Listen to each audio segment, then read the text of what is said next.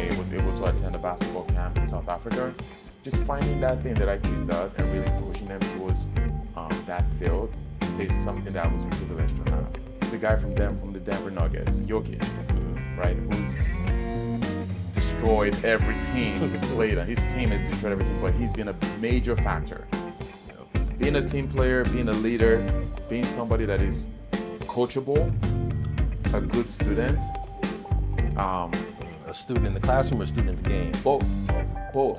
Greetings, y'all. Devon Travell, creator of Black Wall Street, the board game. And today we want to give y'all amazing value and wisdom, particularly for our athletes who are looking to transition past their college career, professional career, into something else, into a corporate life, into an engineering life, into a life of business entrepreneurship. And today we have a honorable guest, founder of Court to Corporate, a foundation helping and mentoring athletes just like you into careers after their athletic career. And he's also a former professional basketball player, Dr. Augustine Okosun.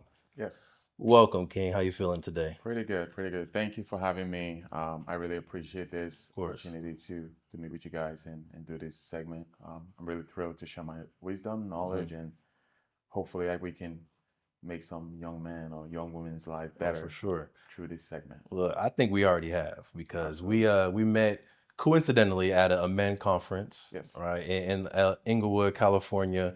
You were walking by. It was me, Jair. We had the camera. We were like, "Hey, excuse me, can we ask you some questions real quick?" Right. And I think you were gracious enough to give us some time, drop some wisdom on those reels. We posted those, and the community really liked them. They were engaging with them. So I'm just happy that you answered the call when we reached out for a deeper dive to get more nuggets of gold from you. Absolutely. Yes, Absolutely. Sir. It takes a village, right? Thanks. It takes a village. It takes a lot of people willing to come in and provide wisdom and understanding to these young people, provide mentorship. I think that's a big thing that's lacking in our community. And if I can inspire someone through my life, it makes all the sense in the world to do so. Yes, sir. Yes, sir. So if it's good with you, I want to break this down into maybe 4 segments. Okay. First segment, would love to just get like an overview of life, career, young Dr. Augustine. And then I want to get into your basketball career, your professional career. And then I would love for you to do a deep dive into corporate life, starting your foundation, transitioning, becoming that professional, and then any other wisdom you have for folks. Absolutely. But as you said, it takes a village. Absolutely. So can you take us back in time? Back to the village. Back to the village, right? Can you take us to your roots and to your cultural upbringing? Yes. I'm I'm thrilled to be part of this organization and trying to inspire people. I think that people see me now and they see the value that I bring and they see what my life look like. But like you said, it takes going backwards to see where everything started from to get a full picture as to who I am and why I became the person I am today. I'm originally from Nigeria. I was born and raised in a family where education was a must. Having good grades in school was a priority. And my dad was a telecommunication engineer. My mom was a high school principal. Wow. So a lot of pressure right there. Right. So you put those two together and you see the kind of home, you can have an idea of what kind of home we're being raised in. And then just Nigeria as a country is known for being some of the most educated people in the world. In the United States of America, for example, Nigerians are the most educated immigrants in America by far. Wow. And I think I was just fortunate, to be part of a culture that imbues education. So back to the village, right? Back to my community, how I grew up. Young Augustine was a rambunctious young boy that wanted to climb mango trees, go to the river. I was playing soccer, which is football. I was playing that my whole life as a kid. Even though I was taller than everybody, I was just that kid running outside, playing, jumping, full of joy, full of life, but also making my parents proud with how I conducted myself. Right? There was an expectation in our home, that whatever I do out there is not just Augustine doing it. it is connected to the family. They say that family acts like that. They wouldn't say Augustine act like that. So them showing me that like my behavior is not a reflection of just me, it's a reflection of the family, helped me to stay out of trouble, helped me to act appropriately. And did you have Kind of siblings? forced me. Yeah, so I'm one of 9. 9. Yeah, so I grew Wow. up in a home of one of 9. I'm the 5th kid in the middle. So I have 4 people above me, 4 people below me, and I was that kid. I was trying to figure out what I needed to do. But with the help of my parents and with the help of God, there was always structure in a home. There was always the expectation of what you have to be. And I think that's really lacking today, where I see a lot of families kind of like just winging a kid's future, right? I think about how long it takes to, like, you get pregnant, you go through 9 months of carrying this child, you go through a painful delivery to have this child into the world, you go through hours of losing sleep, raising this kid, and all these things are happening consistently so this kid can grow up nourished, in good health. Right. But when it comes to that kid's future, I see a lot of, in this culture primarily, I see a lot of families, not everyone, but a lot of people just kind of like wing it, like, oh, whatever makes you feel good. And you're talking about like the parents saying that to them. Right. Parents saying that to the kid as a saying, we've been consistent in everything that we have to do for you to get here. So when it comes to who you're going to be, so we can be proud of you, so that you can go have the life that we want you to have, we have to be very solid on that. Right. It shouldn't be a wish. It shouldn't be how you feel, or, or what you don't feel. It should be like, these are your strengths. These are the things that you're good at.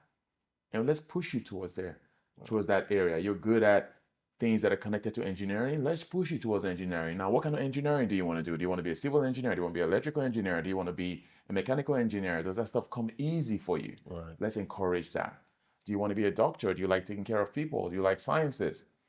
Just finding that thing that kid does and really pushing them towards that field is something that I was privileged to have growing up in Nigeria. And I'm making that contrast, right? Comparing and contrasting, because that is what set me apart. Well, question on how did your parents push both education and sports at the same time? 'Cause I think a lot of parents maybe struggle with pushing the sports, pushing the one, but aren't able to balance the pushing the both things. Actually, the Nigerian culture has changed since I left. They encourage sports now, but when I was growing up, it wasn't encouraged. It was lawyer, doctor, engineer. Everything else, failure. It was drastic, which is like, no. And parents would go to weddings to brag about, oh, my kid is an engineer. Oh, my kid is a doctor. They take it as a pride thing, right? So the expectation was always there growing up. Like I said, I was a happy kid, having fun, being a boy. But when I went to school, the expectation is you have to bring good grades.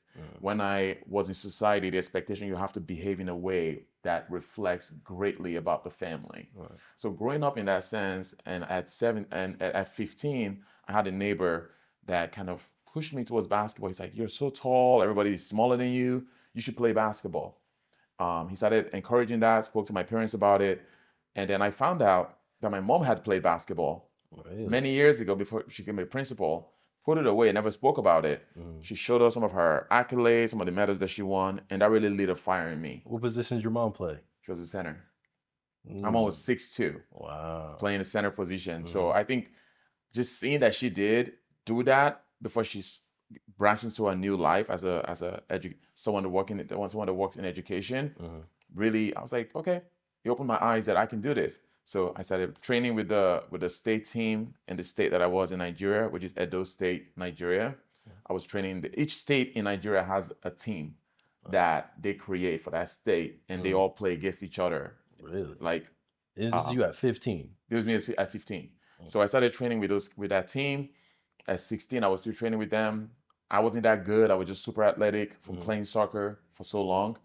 And 17, I was able to attend a basketball camp in South Africa. Kudos to the Basketball Without Borders that is hosted by the NBA. I was able to go to that camp in South Africa. After that, I got the chance to meet several people. One thing led to another. I got scholarships from there. Nice. Came to the U.S. and my life changed. So I want to after that. I want to take a second from 15 to 17, because you said you started off super athletic, tall, but weren't quite a great basketball player yet. Right.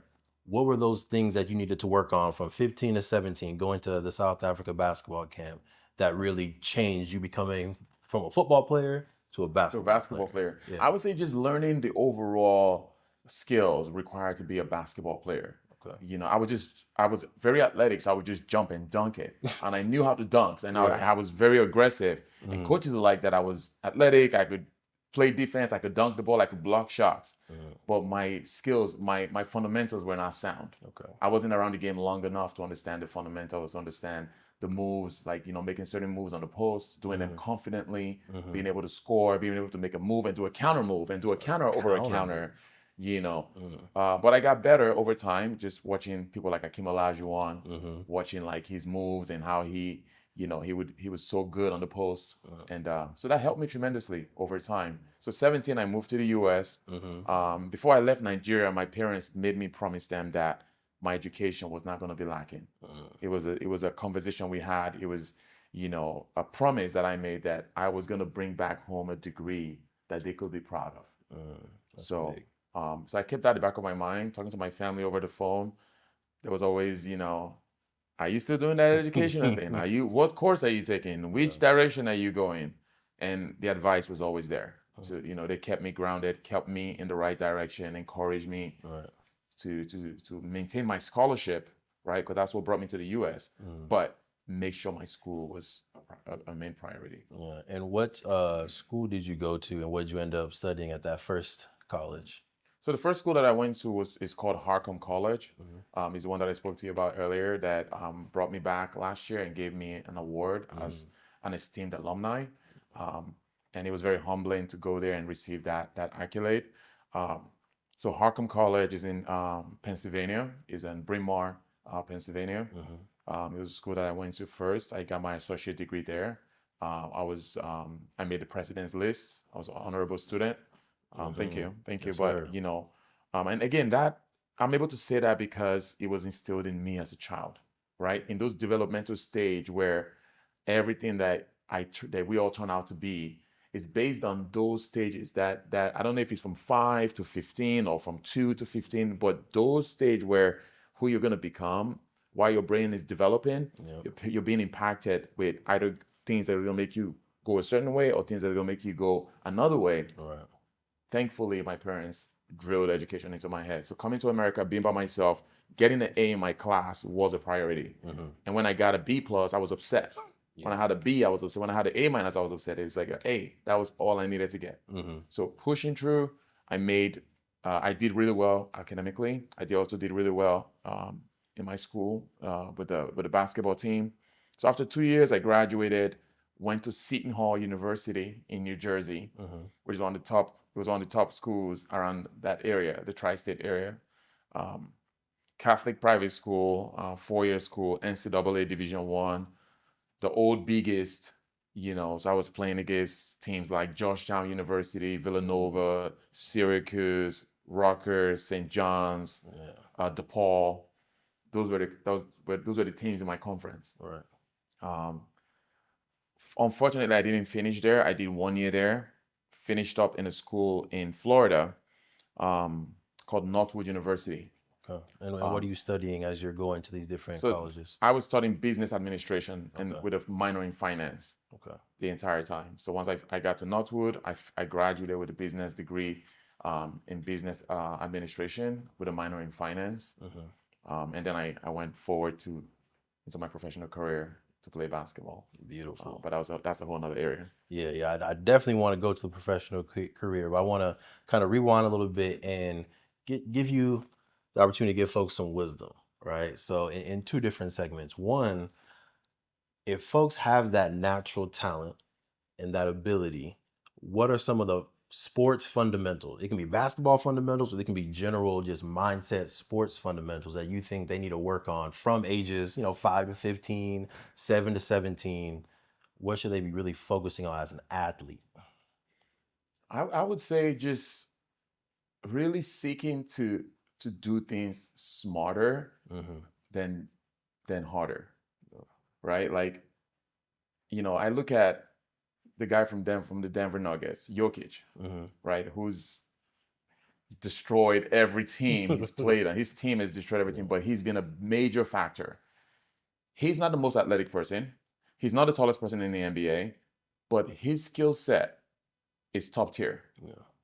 So if you take an athlete and you teach them all the skill set that they need to know to outsmart people, to yes, go to the gym, lift weights, but that shouldn't be a priority. If you're doing the skill set part 80% of the time, and the other 20% you're working on your athleticism and your strength, you're gonna stand out, more than most people. And I wish somebody told me that when I was younger, because I was a guy that was in the gym lifting so much and not doing as much skill things that I should have done.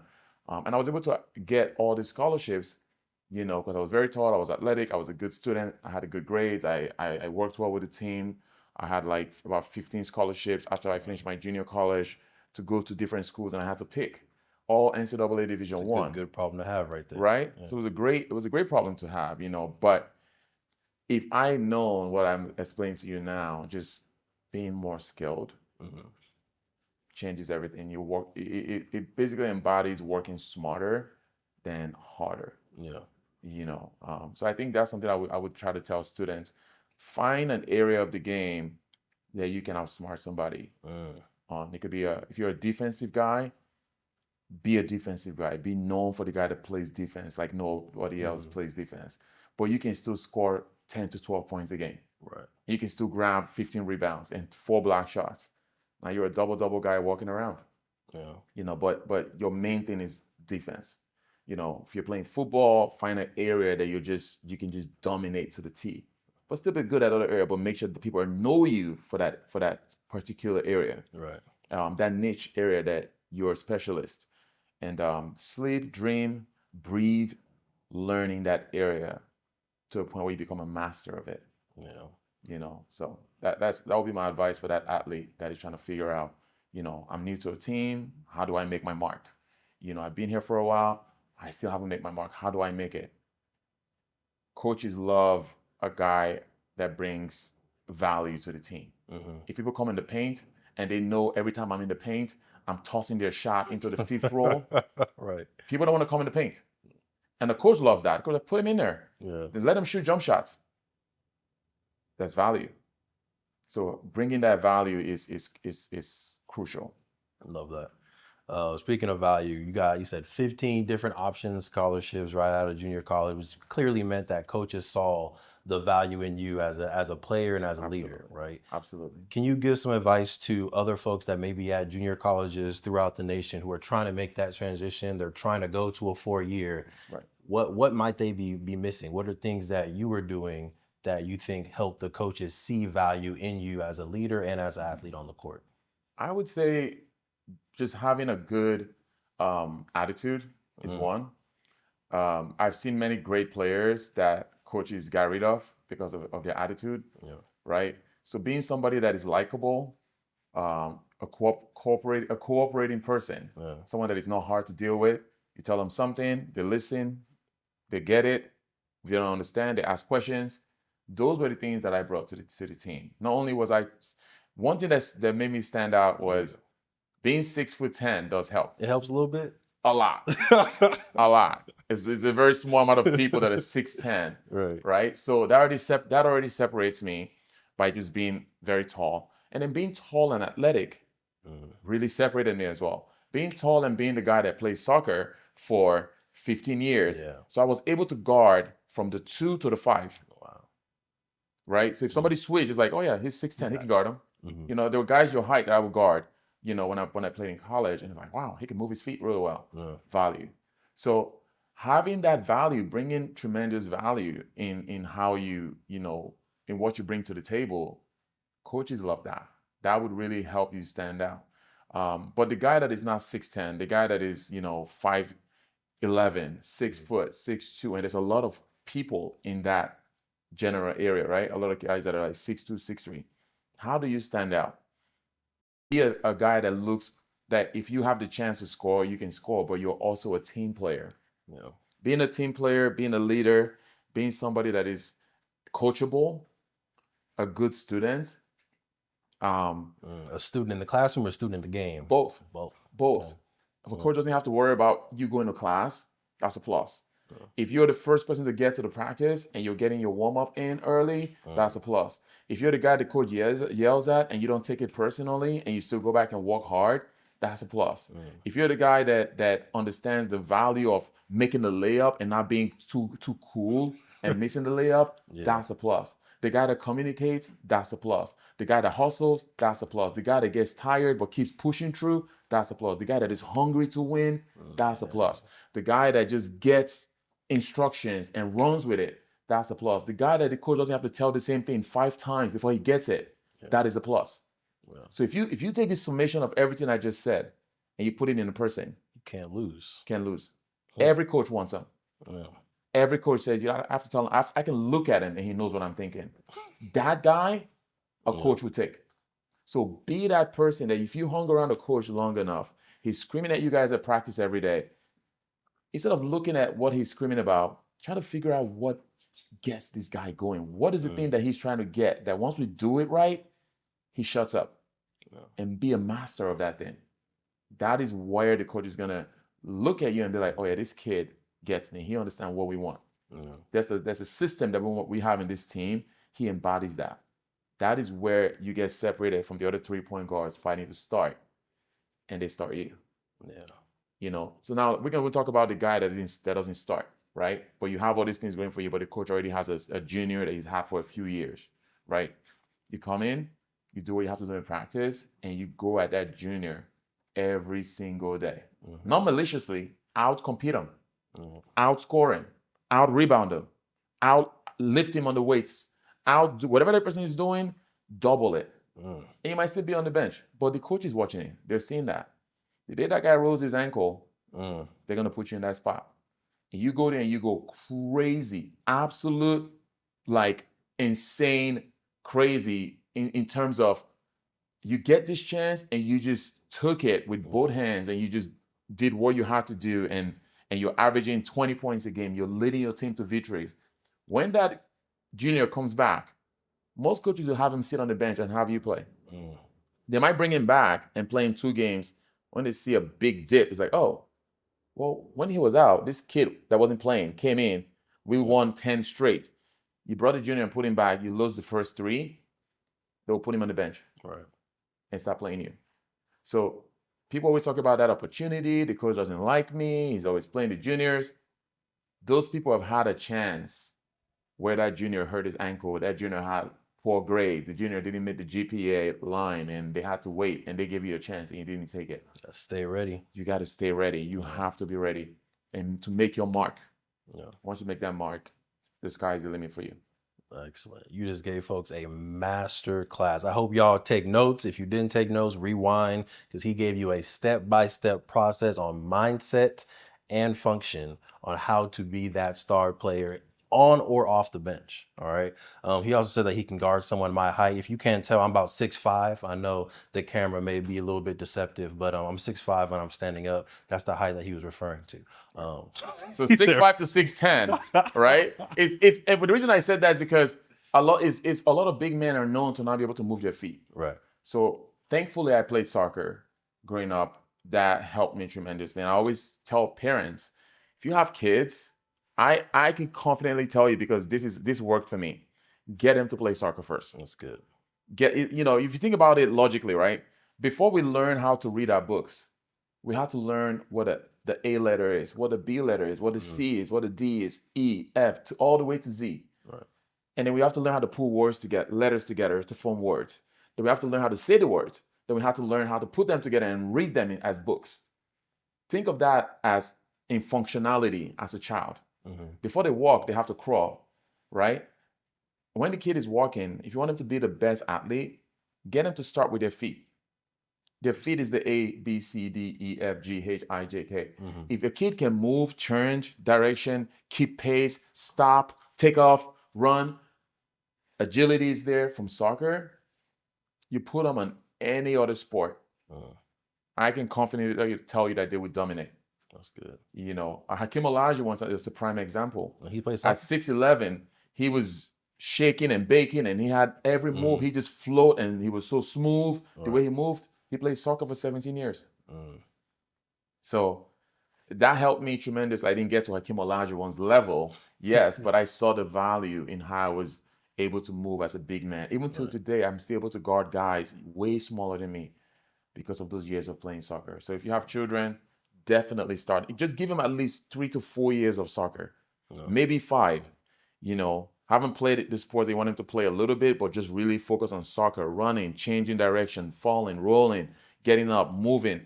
That level of movement are the ABCs because you're starting from the foot upwards. Everything else they learn from there, they will always have that edge over everybody else that they didn't have a functionality sports that help them to move, turn, backpedal.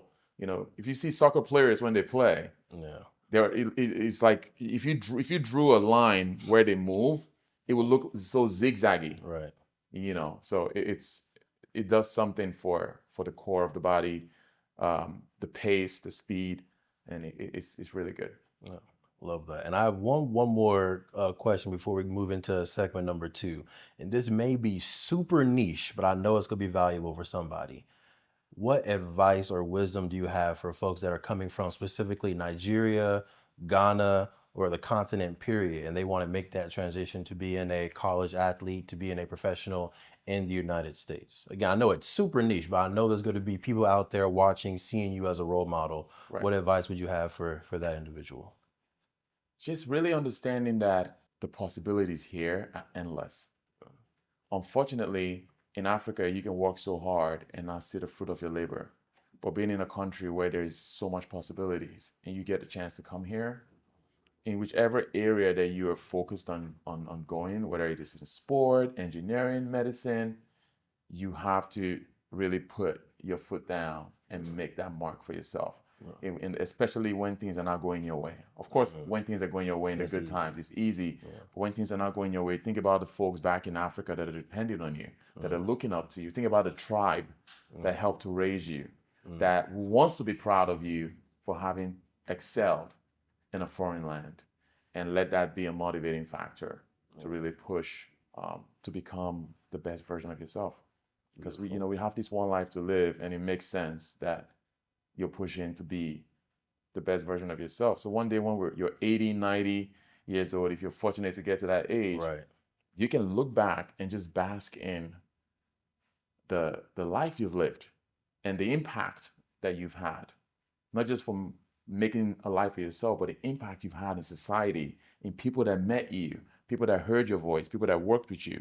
That impact is something that I long for, something that I look forward to when I'm in that age. To be able to say, I have accomplished so much, and people's lives was better because I touched them, because I was around them, because I spoke wisdom to them, because I gave them the tools to become the best version of themselves. That's the goal I think everyone should have. But to that person coming from Africa, I think you should definitely make that a priority. Yes, sir. There it is. We hope that this video can be a resource and a tool for you to become your best self. If you got any value out of today, if you got any nuggets out of today, go ahead and leave a comment below on what you're taking away from part 1. This is only part 1 of this conversation. And of course, share this video with another athlete that you think can get value from this conversation. And part 2, we're going to get into your career as a professional basketball player, some lessons you learned, some mistakes that you saw or witnessed, and some huge wins that you also took from your career. Absolutely. We'll see y'all in part 2.